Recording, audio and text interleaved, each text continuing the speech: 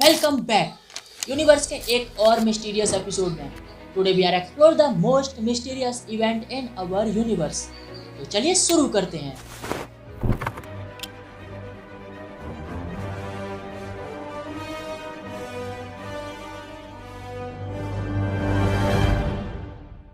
Number 1। जब से हमारा यूनिवर्स अस्तित्व में आया है तब से विस्तार करते जा रहा है। हैरान कर देने वाली बात यह है कि यूनिवर्स का विस्तार लाइट स्पीड से भी तेज गति से हो रहा है। मैंने आपको इस वीडियो में बताया था कि हमारा यूनिवर्स कितनी तेज गति से ट्रेवल कर रहा है। उसका हर एक पार्टिकल एक दूसरे से दूर जा रहा है। हाल ही में ब्रह्मांड के विस्तार दर को लेकर भौतिकी में सबसे बड़े रहस्य की पुष्टि की है।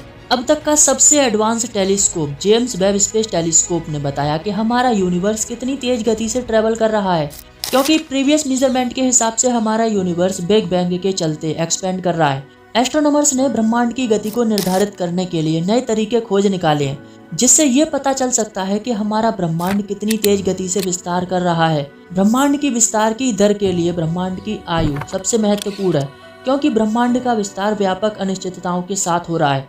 हालांकि जैसे जैसे हमारे इंस्ट्रूमेंट में सुधार आता जा रहा है, वैसे वैसे यूनिवर्स को जानना और दूर की आकाश गंगाओं को देखने में सक्षम होते जा रहे हैं। जॉन हॉपकिंस यूनिवर्सिटी के प्रोफेसर एडम रीस ने बताया कि ब्रह्मांड के विस्तार में तेजी आ रही है। आकाश गंगाओं में मौजूद तारों की चमक बताती है कि वो हमसे कितनी दूर जा रहे हैं, और उस तारे की रेड शिफ्ट बताती है कि वो कितनी दूर ट्रेवल कर चुका है। और इसी के जरिए हमने पता लगाया कि हमारा यूनिवर्स 93 अरब प्रकाश वर्ष में फैला है। चाहे जो भी पैमाना आजमा लें, यूनिवर्स का सही विस्तार जान पाना असंभव है, क्योंकि अब तक ज्ञात पृथ्वी से सबसे दूर स्टार 14 अरब साल पुराना है। यानी उसकी रोशनी को हमारी धरती तक पहुंचने में 14 अरब साल लगे, और इन 14 अरब सालों में हमारा ब्रह्मांड भी और अधिक फैल चुका है। और आज ये स्टार 46.5 अरब प्रकाश वर्ष दूर है। यानी हमारे ब्रह्मांड का टोटल व्यास 93 अरब प्रकाश वर्ष है, और ये 93 अरब प्रकाश वर्ष का विस्तार 14 अरब साल में हुआ है। नंबर 2। सौरमंडल के रहस्यों को उजागर करने के लिए जब से नासा का ओसिरिस रेक्स अंतरिक्ष यान बेनू क्षुद्र ग्रह से वापस धरती पर आया है, उसके सैंपल्स को लेकर तब से नासा के सामने एक और नई चुनौती सामने आ गई। 24 सितंबर को ओसिरिस रेक्स अंतरिक्ष यान बेनू एस्ट्रॉइड से मिट्टी के सैंपल और धूल से भरा कंटेनर धरती पर लेकर वापस आता है। इसमें मौजूद मिट्टी हमारे सोलर सिस्टम के बारे में, उसकी उत्पत्ति के बारे में और पृथ्वी के बारे में जानकारी दे सकती है। लेकिन एक नई चुनौती नासा को फेस करनी पड़ रही है। बेनू एस्ट्रॉइड के सैंपल्स को सुरक्षित कंटेनरों में लाया गया था, लेकिन अब उसे अनलॉक करने में परेशानी आ रही है। ये पहली बार है कि नासा को अंतरिक्ष के किसी एस्ट्रॉइड से प्राप्त सैंपल को खोलने में परेशानी हो रही है।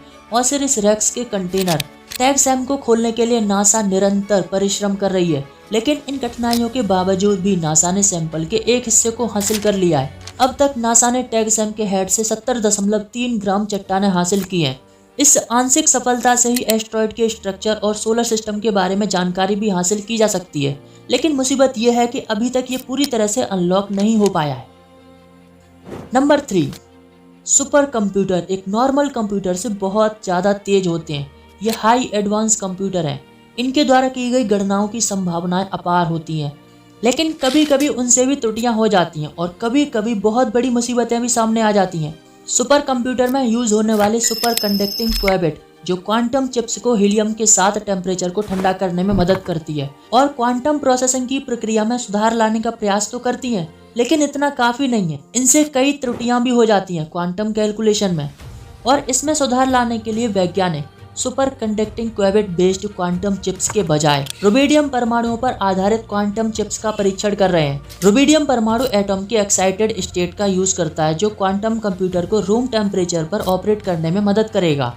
दूसरी तरफ IBM और गूगल के क्वांटम कंप्यूटर क्वेबिट के रूप में सुपर कंडक्टिंग सर्किट के साथ काम करते हैं, जिनको -273.15 डिग्री सेल्सियस के टेम्परेचर से थोड़ा ही ऊपर ठंडा किया जा सकता है, क्योंकि सुपर कंडक्टिंग क्वेबिट एटमॉस्फेयर के प्रति एक्सट्रीम सेंसिटिव होते हैं, जो प्रोसेसिंग के दौरान त्रुटि उत्पन्न करते हैं। और इसी त्रुटि को सुधारने के लिए क्वांटम कंप्यूटर में रुबिडियम एटम पर बेस्ड क्वांटम चिप्स का परीक्षण किया जा रहा है, ताकि फ्यूचर में ऐसी त्रुटियां दोबारा ना हो सकें।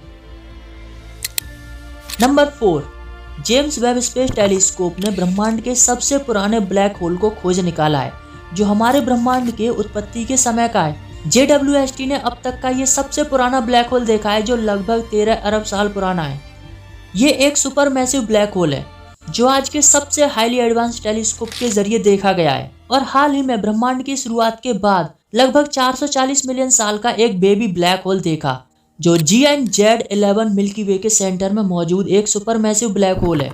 यह हमारे सूर्य से 1.6 मिलियन टाइम मास वाला एक राक्षस है। ये उस समय का अकेला ब्लैक होल नहीं है, ये उन अनगिनत ब्लैक होल्स में से एक है जो ब्रह्मांड की सुबह के साथ भयानक रूप से खुद को अपने आप में ही समेट रहे थे।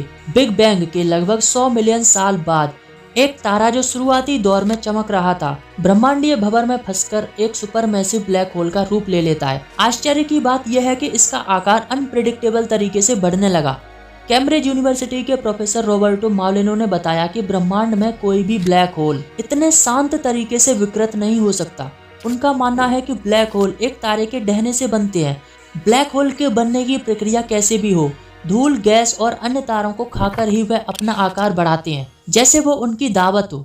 ब्लैक होल की चपेट में आने वाले धूल और तारों का टेम्परेचर बढ़ जाता है, जिससे वो प्रकाश उत्सर्जित करने लगते हैं और उनके गैलेक्टिक न्यूक्ली में बदलाव कर देते हैं, जिससे इतनी ऊर्जा निकलती है कि वो तारे क्वासर में बदल जाते हैं और ये ब्लैक होल अपनी ग्रेविटी में बंधकर सुपर मैसिव ब्लैक होल बन जाते हैं। ऐसे ब्लैक होल हमारे सूर्य से बिलियंस ऑफ टाइम हैवी होते हैं।